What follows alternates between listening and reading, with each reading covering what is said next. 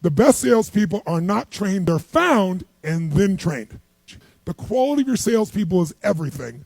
And the best way to get quality is to screen like crazy for two core elements. Here's the first one. You need somebody who can deal with rejection, right? That's obvious. But you also need somebody who's warm enough that their ego doesn't get in the way of the personal relationship, so they don't offend people. Okay, I think that's somewhat valid.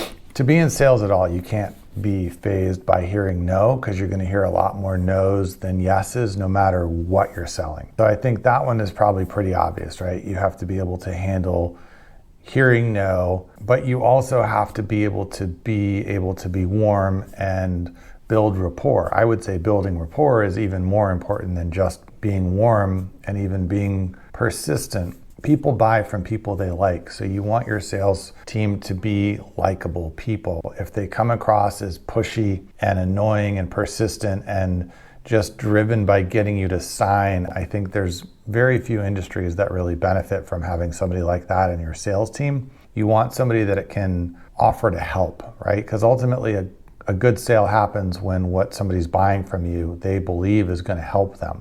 It's going to make them look better, feel better, perform better, whatever it is, right? They're looking for something that's going to make them better. And they're going to feel better about buying that from somebody who cares about helping them in that way. So I think empathy, warmth, building rapport, being able to explain and meet somebody on their level, being a good listener, those are all key elements of being good at sales. Hearing no is just part of it. But if you're selling a good product and you know it's good and you know it helps people, then when you hear a no, it's more just disappointing. It's too bad. I know I really could have helped them, but they just weren't interested, or they had some reason they weren't going to become a customer. So you feel bad that you weren't able to help them, but you don't take it personally because you know it's not a statement of judgment about you or about the product or service that you're selling.